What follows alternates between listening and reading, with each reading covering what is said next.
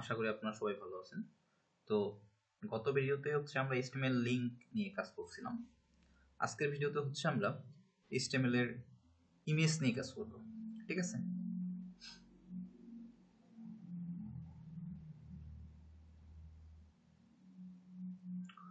আচ্ছা, আমরা যখন একটা ওয়েবসাইটে প্রবেশ করি, ওয়েবসাইটে প্রবেশ করার পর আমাদের সামনে অনেকগুলো ছবি আসে। ঠিক আছে?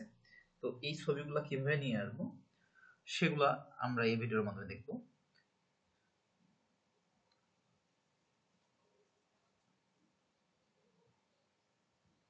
আমরা একটা ওয়েবসাইটে প্রবেশ করে দেখি। ঠিক আছে?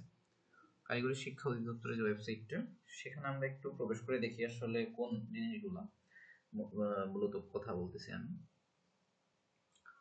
আচ্ছা, কারিগরি শিক্ষা অধিদপ্তরে আমরা ঢুকে গেছি। দেখেন, এগুলো কিন্তু ইমেজ। ঠিক আছে? এই যে সামনে চেঞ্জ হচ্ছে, এগুলো ইমেজ, এগুলো টেক্সট, কিন্তু এগুলো ইমেজ। এই যে ইমেজগুলা, তারপর হচ্ছে আপনার এই যে ছবি আছে, এই যে ছবি, তারপর এই যে ছবি দেখা যাচ্ছে, এই যে এগুলো ইমেজ, এই যে এগুলো ইমেজগুলা, এই ছবিগুলা। ঠিক আছে? তো এই যে ইমেজগুলো কিভাবে নিয়ে আসবো সেগুলো আমরা এখন দেখব। ঠিক আছে? কিভাবে নিয়ে আসে সাধারণত। তো আমরা নতুন একটা কাজ করব এখন।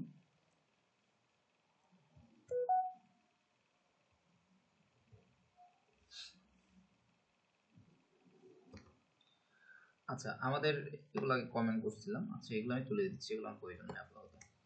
আচ্ছা, আমাদের HTML যে স্ট্রাকচার সেটা মোটামুটি এটা। আর হচ্ছে যে এখন যেহেতু হচ্ছে আমার এটা 12 নাম্বার প্রজেক্ট। ঠিক আছে? 12 নাম্বার প্রজেক্ট, তো আমি 12 দিয়ে এটা সেভ করে নিই। তাহলে সেভ করতে গেলে হচ্ছে আমি ফাইলে যাব, সেভে যাব, তারপর এখানে 12 নাম্বার দিয়ে দেব।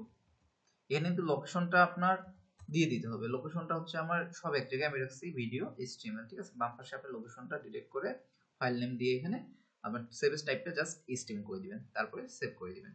আচ্ছা, আমরা সেভ করলাম 12 নাম্বার প্রজেক্টে। এখন 12 নাম্বার প্রজেক্ট হচ্ছে আমরা ইমেজ নিয়ে আসবো। তো ইমেজ নিয়ে আসতে গেলে আমাদের লাগবে হচ্ছে আইএমজি ট্যাগটা। আইএমজি ট্যাগ মূলত হচ্ছে ইমেজ ডিক্লারেশন করে। তারপর ইমেজের একটা অ্যাট্রিবিউট আছে এসআরসি। এসআরসি হচ্ছে সোর্স। ইকুয়াল ডাবল কোটেশনের মধ্যে হচ্ছে ইমেজটা কোথায় আছে সেই লোকেশনটা দিয়ে দিতে হবে। সাধারণত আমরা যখন ইমেজ নিয়ে কাজ করবো তখন সেই ইমেজগুলো যেখানে HTML ফাইলটা সেভ করে রাখবো সেখানেই ইমেজটা রেখে দেব। ঠিক আছে? তো ইউআরএলটা আমি দিয়ে দেবো এখানে। আর অল্টারনেটিভ, এটা আমার পরে দরকার, এটা আমাদের আপাতত প্রয়োজন নেই। তো আমরা ইমেজ করতে গেলে, মানে ইমেজ নিয়ে আসতে গেলে আপনাদের প্রথমেই যেটা লাগবে সেটা হচ্ছে ইমেজের একটা সোর্স দিতে হচ্ছে, ইমেজ ট্যাগ, তার সাথে এসআরসি অ্যাট্রিবিউট লাগবে। তো চলেন আমরা করি এটা। তো আমরা যেহেতু বডিতে শোকাইতে যাচ্ছি সেহেতু আমরা বডিতে নিয়ে আসতেছি। তো ইমেজ ট্যাগ আইএমজি ট্যাগটা ইউজ করলাম। আইএমজি ট্যাগটা ইউজ করার পর হচ্ছে এর একটা অ্যাট্রিবিউট দিতে হবে। অ্যাট্রিবিউট ইকুয়াল ডাবল কোটেশনের মধ্যে হচ্ছে তার লোকেশন দিয়ে দিতে হবে। এখন আমি চাচ্ছি হচ্ছে যে আমার এই যে এই ফাইলের মধ্যে এখানে কিছু ইমেজ রেখে দেবো। আমার এখন ইমেজ নেই, আমি ইমেজ নিয়ে আসি এটা।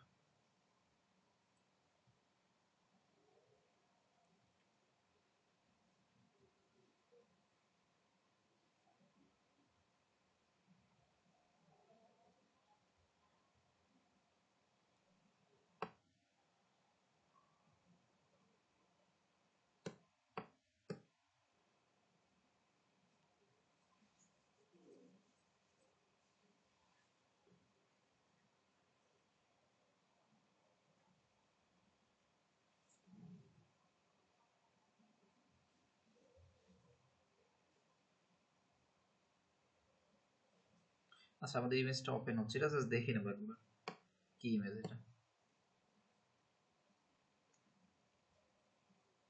আচ্ছা আচ্ছা, এই ইমেজটাই ধরেন যে আমি শো করে যাচ্ছি। আচ্ছা, অন্য ইমেজও দেখতে পারি, পূর্বের ইমেজগুলো একটু দেখে নিই।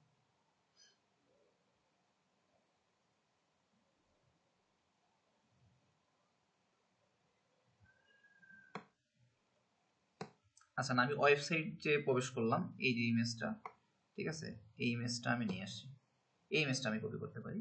আচ্ছা, এটা না করি, আমি ভিতর থেকেই নিই।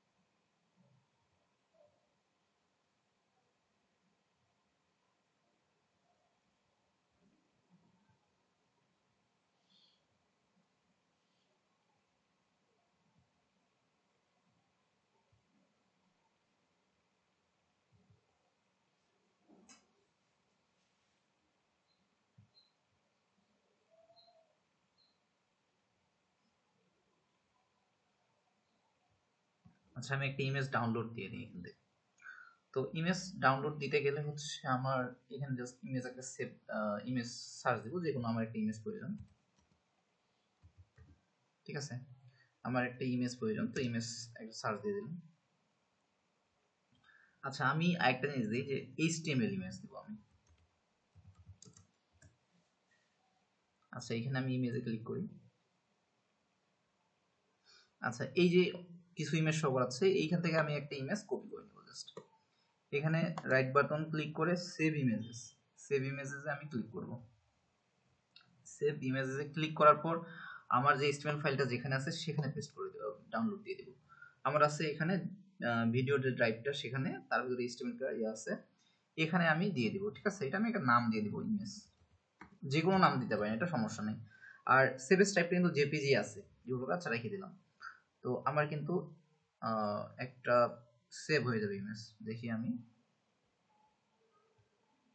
দেখেন আমার কিন্তু একটা ইমেজ চলে আসে, ঠিক আছে, ইমেজটা চলে আসে। তো এই ইমেজটা মূলত হচ্ছে আমি আমার যে প্রজেক্টটা সেখানে ওপেন করব এখন।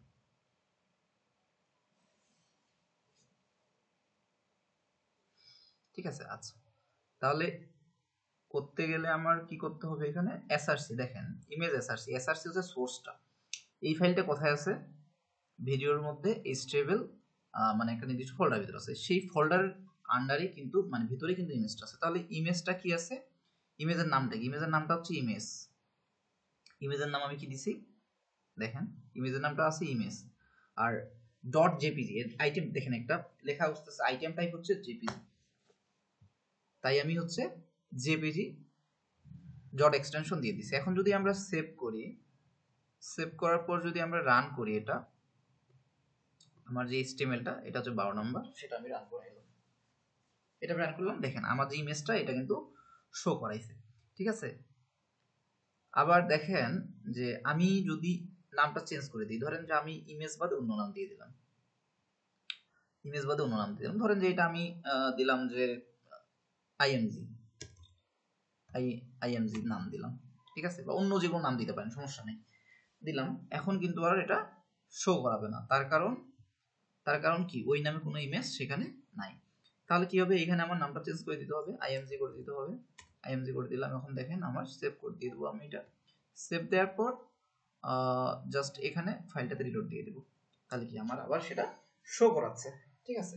আচ্ছা আবার এখন দেখেন যদি এরকম হতে পারে যে এই ইমেজটা আরেকটা ফোল্ডারের ভিতরে আছে, ঠিক আছে, ফোল্ডারটার নাম হচ্ছে ইমেজ।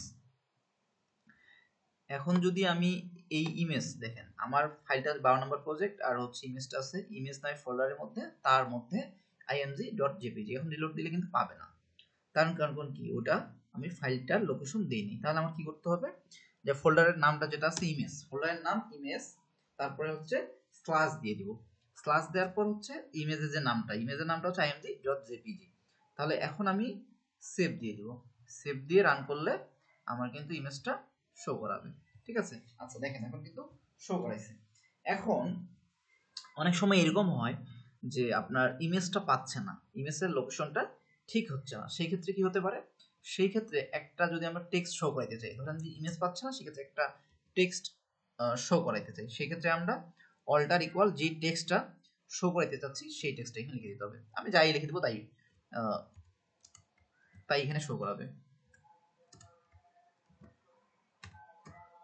আচ্ছা আমি জাস্ট লিখে দিলাম নো ইমেজ শো, ঠিক আছে, এটা লিখা শো করাবে। এখন আমি যদি রান করি, রান করলে কিন্তু আমার কোনো লেখাই শো করাচ্ছে না, লেখা শো করাচ্ছে, লেখা শো করাচ্ছে না, তার কারণ ইমেজের যে লোকেশনটা সেটা পাচ্ছে। এখন যদি কোনো কারণে ইমেজের যে লোকেশনটা এটা যদি সমস্যা হয়, ঠিক আছে, ধরেন যে এরকম আমি দিয়ে দিলাম, তাহলে কি এখন ইমেজটা পাওয়ার কথা না, ইমেজটা না পেলে কি হবে, ওই অল্টারের মধ্যে যে টেক্সট আছে সেটা শো করাবে, শো করাইছে যে নো ইমেজ শো, আমার লেখা দেখাইছে।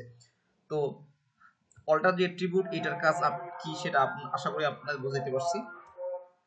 এখন আমি এটা সেভ করে দিলাম, তাহলে পাবে। আচ্ছা এর মধ্যে ইমেজের মধ্যে আমি আরো দুইটা অ্যাট্রিবিউট নিয়ে কাজ করব, সেটা দেখেন আমার যে ইমেজের সাইজটা এটা ডিফল্ট ভাবে কিন্তু চলে আসছে, অর্থাৎ সেভের সময় যে সাইজটা ছিল সেটাই আসছে। এখন যদি আমরা মনে করি সাইজটা আরো বড় করব, ছোট করব, তো তো বড় ছোট করতে গেলে আমার দুইটা এট্রিবিউট লাগবে, সেটা হচ্ছে হাইট, একটা হচ্ছে উইডথ। হাইটটা হচ্ছে আপনার উপরি বাড়াবে, হাইটটা 200 দিয়ে দিই, আমি সেভ করে নিলাম। সেভ করার পর এখন যদি আমি রান করে দেখি, দেখেন হাইটটা কিন্তু বেড়ে গেছে। মানে হাইট বলতে আমার এই বরাবর, এই বরাবর, ঠিক আছে। আর উইডথটা হচ্ছে আপনার এইদিকে। এখন যদি আমি উইডথটা 200 বাড়াই দিই, উইডথটা যদি 200 করে দেখেন, তাহলে কি হবে, আমার সমান হয়ে যাবে ইমেজটা।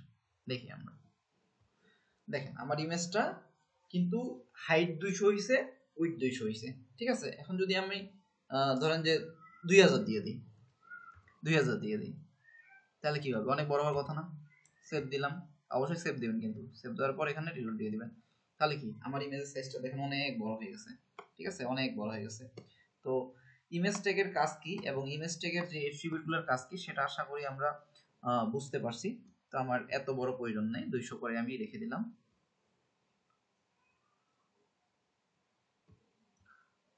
দেখেন আমরা 200 করে রেখে দিলাম সাইজটা।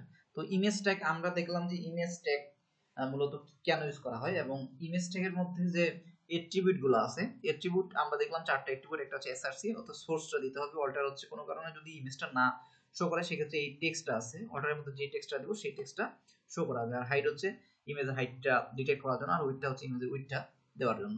তো ধন্যবাদ সবাইকে, আপনারা ভালো থাকবেন।